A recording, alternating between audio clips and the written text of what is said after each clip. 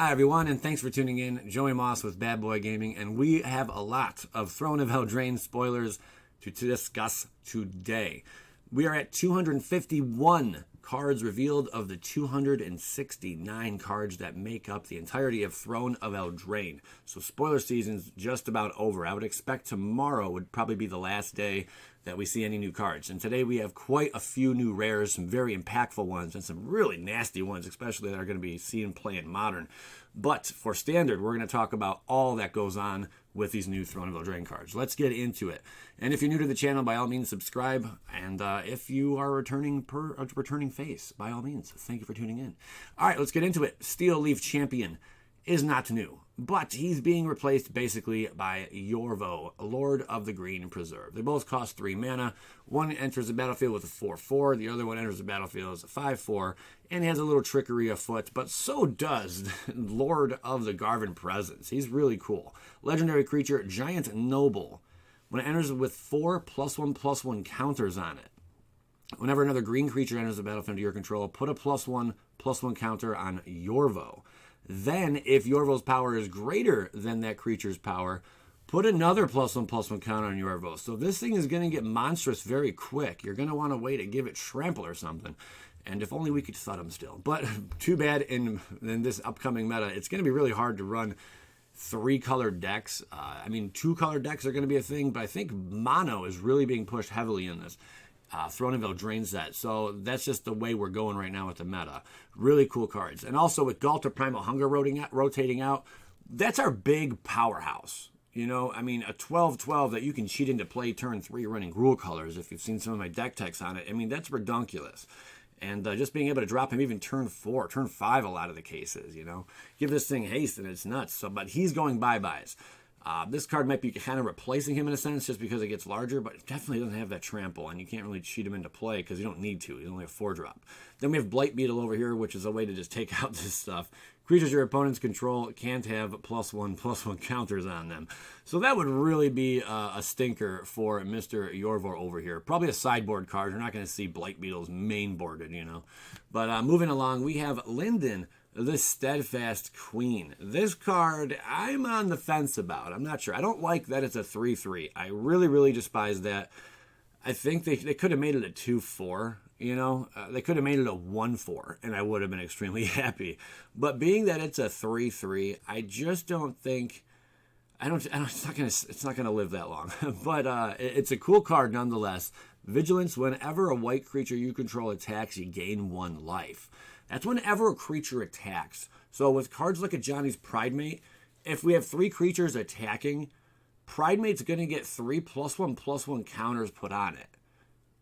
That's phenomenal. And the more creatures you have, the better for a Johnny's Pridemate. Other cards that are going to go well, I'm not trying to build the entire deck right now, but it's giving you some ideas. A Johnny's Strength of the Pride, 4-drop, you know, printed just recently. And it's -2, basically creates it a Johnny's Pridemate. Also, there's life gain at foot. You can definitely gain that. And then the 0 is kind of weird on it, but we're not here to discuss M20. Just throwing some ideas out there. Also, Twin Blade Paladin is a 4-drop. Human Knight, whenever you gain life, put a +1/+1 counter on Twin Blade. Very similar to our kitty over there. And as long as you have 25 or more life, Twin Blade Paladin has Double Strike. That's pretty sweet. And also, Gideon's Company. These are cards that are kind of overlooked, you know, but it's very powerful, especially if you have a Gideon Planeswalker out. It's just like the Johnny's Pridemate. Costs a little bit more to cast, but very big payoffs in the end. Putting another +1/+1 loyalty counter, putting a loyalty counter on a Gideon Planeswalker you control is pretty bonkers also. Keep in mind, this Gideon, when he does swing in and attack, he has Indestructible. I mean, you are attacking with an Indestructible card. You can also give another card Indestructible. Then you have 2 cards swinging in and attacking Indestructible, and you're able to gain 2 life and splash up your Pridemates until they're big enough to really take your opponent to Pound Town. Just some interesting synergy there to consider. Unfortunately, we are losing Fountain of Renewal, and we are losing a Johnny's Welcome, which would have made these kind of decks just redonkulous. Moving along, we have Silver Flame Squire, which is a 2-drop, and I do like this card. I'll break it down a bit more after this. Target creature gets +2/+2 until end of turn. Untap it. It is a common. Keep that in mind. I'm not saying this is going to be a great combo, but I'll show you in 1 second. Also, it's a 2/1 on the other side. Then you have Lonesome Unicorn, which is a 5-drop. A Rider in Need for 3 Sorcery Adventure. Create a 2/2 White Knight creature token with Vigilance. I don't like this card because it's a creature unicorn. If it was a knight, I mean, that'd be like 2 knights for the, on one card, kind of like History of Benalia, but it's just not going that route. Doubt it's going to see much play. Then we have the Clackbridge Troll over here, which was a new spoiler. I think a Silver Flame Squire might see some play in these kind of decks. Orzhov, your big old Clackbridge enters the battlefield. Target opponent creates 3/0 white goat creatures. Goat lives matter. And at the beginning of combat on your turn, any opponent may sacrifice a creature. If a player does, tap Clackbridge Troll, you gain 3 life and you can draw a card. Well, Silver Flame, if we were to just, boom, cast this as our instant, target creature gets +2/+2 until end of turn, untap it. That would work great with Clackbridge Troll. Then you have a 10/10 with Trample. Pretty bonkers right there, my friends. Think about that. Then we have Tall as a Beanstalk and Giant Opportunity. Oh, this takes me back to childhood. Enchant Aura, enchant creature gets +3/+3, has reach, and is a giant in addition to its other types. Unfortunately, this is 4 to cast. So, in limited, it's going to be a crazy bomb. I doubt it's going to see a whole lot of play outside of that, but giving it reach as well, maybe it could be a sideboard card where if you're just going all ground control, or going at your opponent to the face from the ground, and your opponent's deck has, a bunch of flyers in it, you might want to sideboard this in. I don't know if that's the best option, but just throwing it out there. Giant Opportunity is a 3-drop. You may sacrifice 2 foods. If you do, create a 7/7 green giant creature token. Otherwise, create 3 food tokens. Very interesting there. So you can create 3 food tokens in that case. Pretty interesting to see what these food tokens are all about. We still have a lot to learn. Then we have Fires of Invention. This card's pretty silly, man. I'm sure it's going to see some player in Modern and whatnot. But outside of that, in Standard, how much play are we going to see here? It's an enchantment for 4. You can cast spells only during your turn, and you can cast no more than 2 spells each turn. But the huge upside, you may cast spells with converting mana costs less than or equal to the number of lands you control without paying their mana cost. Pretty bonkers, my friends. And then with Omniscience over here, it's a 10-drop, very similar. You may cast spells from your hand without paying their mana cost. Of course, that card's a lot better because you can just drop anything once you're able to spend the 10 mana to cast your Omniscience. But Fires of Invention is something to consider. Also, Omniscience is rotating out. It's a comparison kind of card, but completely different in many senses. But the abilities on them are very similar. Very interesting to see what we can do here. Now, with mono red, you're going to want to have a you're going to want to have a big payoff. Your typical mono red deck is not going to want to run Fires of Invention. It's just not that great of a card in that kind of shell. You're going to need something that has large creatures, large payoffs, maybe even Planeswalker payoffs. I'm not exactly sure what you're going to want to do with this, but we are going to find out in time just what it's capable of. Then we have Archon of Absolution. It's a 4-drop creature, Archon flying, protection from white. What protection means, for those of you a little newer, this creature can't be blocked, targeted, dealt damage, enchanted, or equipped by anything white. That's what the whole protection thing does. And it specifies what color or whatever it may be. Creatures can't attack you or planeswalkers you control unless their controller pays 1 for each of those creatures. It's a 3/2. Very easy to remove this thing. It's only a 2 toughness. It's a 4-drop. Had it been a 3, this thing would be bonkers and see a lot of play, so I guess they had to make it a 4-drop. Archons are really weird-looking creatures. Very neat ability, though, that creatures can't attack you or planeswalkers you control. They have to pay. They got to pay to play, baby. Welcome to Magic the Gathering Arena. All right, really interesting card, though. Deafening Silence, another very, very interesting card. It's going to see a heck ton of play outside of Standard in other formats, but each player can't cast more than 1 non-creature spell each turn. So maybe if you're running some kind of flash build, you might want to, you could maybe consider this where your opponent doesn't have that ability to flash anything, so you can play spells on their turn as well. I mean, I'm just throwing it out there as an option in Standard, but definitely a crazy good sideboard card in Modern for decks that just want to go off and play a bunch of spells. This thing's going to definitely shut them down. Deafening Silence is powerful. Then we have Torben, Thane of Redfell. Loving the artwork on this guy. If Joey Moss could grow a beard, which Joey Moss can't, unfortunately, so be very grateful if you can. I don't know, I just can't do it. It grows in patch-like. But this dude, that would be the beard I'd want to grow if I could. Anyway, moving on. He's a 4-drop. Now, he is, again, very geared towards being in a mono-red build. But he's a noble, he is a noble. He's a noble. Legendary creature, dwarf noble. If a red source you control would deal damage to an opponent or permanent an opponent controls, it deals that much damage +2 instead. Very powerful. It's on a 2/4. See, it's a 2/4. Why couldn't they do this with the other, with the life gain card when you're attacking? Why couldn't it be a 2/4? Why did they do? Why? I would have paid 1 more for that. I'm just saying.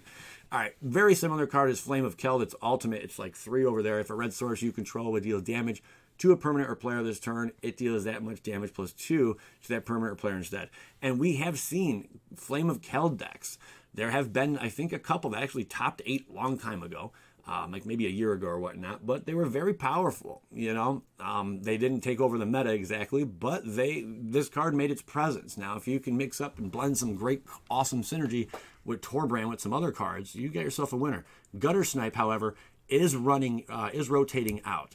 Grape Shot is some fun shenanigans. I'm sure players are going to have dealing just a crap ton of damage in Modern and whatnot. It's definitely a deck to look out for, to be feared. But then right now in Standard, we do have Leyline of Combustion, which is going to be a nice way to protect your Throbbing, of course. And then also you have Cavalcade. I'm sorry, I always say it funny. Cavalcade of Calamity, which is going to be very impactful once you get your Throbbing out. And if you have Cavalcade, if the game's not already over, it's a great way to shut out the game, to say the least. And then Electrostatic Field is a card similar to Gutter, Snipe, and whatnot that is not rotating out. So whenever you cast instant sorcery spell, Electrostatic Field deals 1 damage to each opponent. Not sure if you're going to run all this in the same mix, but it's definitely some thoughts to consider. Then we have Twinville, Treefolk, sure, Toonvale. It's a 6-drop. I do like this card. It is a common. I think it's going to be a bomb in limited, but Oaken Boon for 4, Sorcery Adventure, put 2 +1/+1 counters on target creature. That's really, really cool. Early mid game, you're able to do that. And then you have a big payoff. You have a 6/5 on your hand. So, you're able to stay in the game by pumping up one of your smaller creatures. And then later on, you're able to cast this huge Treefolk, 6/5 dummy, but he's still there. He's going to do something. Garen Brigg Squire, on the other hand, 2-drop. Human Soldier, whenever you cast a creature spell that has an adventure, Garen Brigg Squire gets +1/+1 until end of turn. If you're going that route, I'm sure it'd be a great card to include. Then we have Clockwork Servant on the right over here, which is a 3-drop. Artifact Creature Gnome. Gnomes are aplenty here. Adamant. When Clockwork Servant enters the battlefield, if at least 3 mana of the same color was spent to cast a draw card. I do have a deck in mind. I plan on using and abusing these kind of these gnomes over here on the right. That's for another video, though. Sire Aline the Lion's Claw, 5-drop. This is part of the cycle we've seen. Legendary creature, Human Knight, first strike. Whenever Sir Alan the Lion's Claw attacks, other creatures you control get +1/+1 until end of turn. It's a 4/4. It's still not as bad as that one card we've seen, the red version of this cycle. Just throwing it out there. Very interesting. It's on a 4/4. Pretty cool. Then we have Black Lance Paragon. Now, this sweetheart over here is a 2-drop. Just dropped. Creature Human Knight. It's a rare. It has flash. When Black Lance Paragon enters the battlefield, target knight gains Death Touch and a lifelink until end of turn. I do like that. You're giving another knight Death Touch and lifelink when this thing enters the battlefield. Knight decks are going to be a thing. This might be. It's only it's a 3/1. I understand, but it's only 2 mana to cast this thing. Not too bad, and it has flash on it as well. So you can take out some huge, crazy green mono creature that's just ruining like all your knight's little party, while you're having a little feast and whatnot. This thing can just flash into play and block one of those giants, take him out. We'll see it, or give your other card, Death Touch, your other knight Death Touch and block it and take it out. And gain some life out of the whole mix, Not bad, just chump block with some weak little, 2/2 knight token or whatnot. Pretty interesting. I'm very excited to see some knight decks coming up here. Then we have Arden Vale Paladin, which is a 4-drop. The artwork is breathtaking, baby. I just love it. Human Knight, Adamant. If at least 3 white mana was spent to cast this spell, Arden Vale Paladin enters the battlefield with a +1/+1 counter on it. Again, you can see how they're pushing this whole mono white, mono red, mono whatever color kind of decks that are coming out, especially with Adamant. I mean, you're going to want to run specific colors and one specific color indeed to benefit from this Adamant ability. Then we have Rally for the Throne. It's a 3-drop. Create 2 1/1 white human creature tokens. Adamant. If at least 3 white mana was spent to cast this spell, you gain 1 life for each creature you control. Again, another nice little perk. I'm not sure how powerful just mono white life gain would be, but this is something to consider, and even maybe not even just running the whole white life gain, maybe some humans, whatever the case may be. This could be a card you may want to include. Then we have Hengewalker, 3-drop, adamant of at least 3 mana of the same color was spent to cast this spell. Hengewalker enters the battlefield with a +1/+1 counter on it. Not too bad. It's only on a 2/2. What do you expect for artifacts, man? But again, Golem. Seeing another Golem. Bartered Cow. This one brings back so much flavor from back in the day. 4-drop for storytelling time. To creature Ox. When Bartered Cow dies or when you discard it, create a food token. It's an artifact with Deuce, tap, sacrifice this artifact, you gain 3 life. It's a 3/3. Other than that huge giant ox, that Paul, what was his name? Paul, I can't think of his name. The big dude with the big old hatchet or whatever, the lumberjack guy. And he had that huge ox, That thing I could see having at least 3 power. But this little cow here, it just has to be a very magical cow to have 3 power. I just don't understand the power there. The toughness, yeah. The power, I don't know. At the market, no one heeded Hilda's frantic mooing. The Fey curse was turning out even worse than she had feared. Moving along here. All right, we have Sundering Stroke, which if you're going for big mono red, you're probably going to want to include your Ironcrag Feet over here. Got another new card that would go well with it. 7-drop. Sundering Stroke deals 7 damage, divided as you choose among 1, 2, or 3 targets.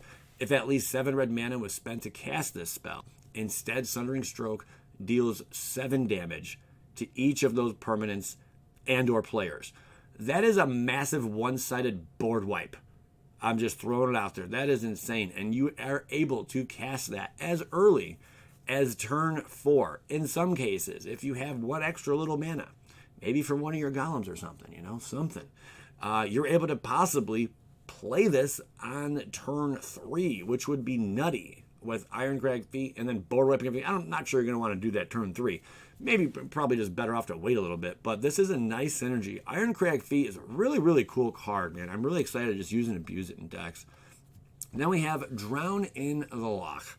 It's a deuce drop. Damir Mill. Watch out. This is going to be very impactful. You're going to see 3/4 of this card in those kind of builds. Mill decks are back. There is a lot of new mill cards that are going to make it competitive, this new meta. And this card's going to be in it. Choose 1. Counter target spell with converted mana cost less than or equal to the number of cards in its controller's graveyard. Destroy target creature with converted mana cost less than or equal to the number of cards in its controller's graveyard. Very, very powerful card. Definitely going to see play. Not a huge fan of mill myself, I must say. I really am not, guys. But it's going to be fun. It's going to be fun. All these cards are looking like a blast. And there's only a few more spoilers that are coming up. And they're right around the corner, man. And then everything from Throne of Eldraine has been leaked. Let me know what your guys' favorite cards are. What kind of synergy are you thinking about running? If you're not subscribed, what is wrong with you? Go get checked out at a doctor. You probably got some weird disease. But definitely, make sure you punch the like button. Let me know what your thoughts are on this set. Every time you comment and stuff like that, not only do I sometimes respond to it, because I do spend time in the comment section within 24 hours after a video drops, and I do reply to people here and there, and sometimes I get into little conversations with them. It's fun to just hang out sometimes with you guys. So definitely keep that all in mind, and show some love, leave a like, comment, all that good stuff. Be subscribed. If not, I'm going to stop talking. You're probably really annoyed if you're still watching this video. Holy smokes. Give me a skadoosh, but spell it backwards in the comment section. That would be interesting. All right, guys, I'm out of here, and as always, PLA, what?